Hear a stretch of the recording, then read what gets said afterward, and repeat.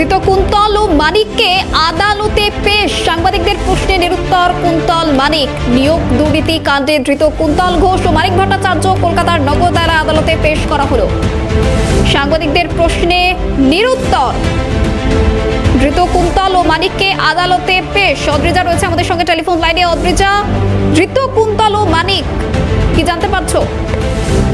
দেখো আমি যে বিষয়টা জানাই যে আজকে কলকাতা নগর দায়রা আদালত অর্থাৎ পিজির বিশেষ আদালতে যেটা কুন্তল ঘোষ এবং মানিক ভট্টাচার্যের আজকে আদালতে তাদেরকে পেশ করা হয়েছে। তাদের মামলাটি রয়েছে আজকে কলকাতা নগর দায়রা আদালতের আদালতে এবং এদিন সাংবাদিকদের প্রশ্নে সম্পূর্ণ নিরুত্তর ছিলেন কুন্তল ঘোষ এবং ধৃত মানিক ভট্টাচার্য। তার পাশাপাশি এদিন আদালতে যখন ধৃত যে মামলাটি চলছিল তখন মানিক ভট্টাচার্য বেশ কিছু সওয়ালে তিনি অংশগ্রহণ করেন এবং তিনি জানান যে তার আবেদন কিভাবে ইডি এখনো বলছেন যে তদন্ত চলছে, যখন চার্জ গঠন হওয়ার সময় হয়ে এলো তো সেই মুহূর্তে এখনো বর্তমানে ইডি বলছেন যে তদন্ত চলছে এবং সেক্ষেত্রে তিনি বলছেন যে তিনি দিনের পর দিন জেল হেফাজতে তার মেয়াদ বাড়ছে এবং তিনি যেন জাস্টিস থেকে ডিপ্রাইভ না হন সেই বিষয়টিও তিনি তুলে ধরেছেন এবং তার পাশাপাশি তিনি আরো জানিয়েছেন যে ছেলেবেলায় পাটিগণিতের অঙ্কে যেরকম তৈলাক্ত বাসে বা বাঁদরকে চড়বার যে অঙ্ক ছিল সেই রকম তার পরিস্থিতি বর্তমানে হয়েছে, এমনটি তিনি আদালতে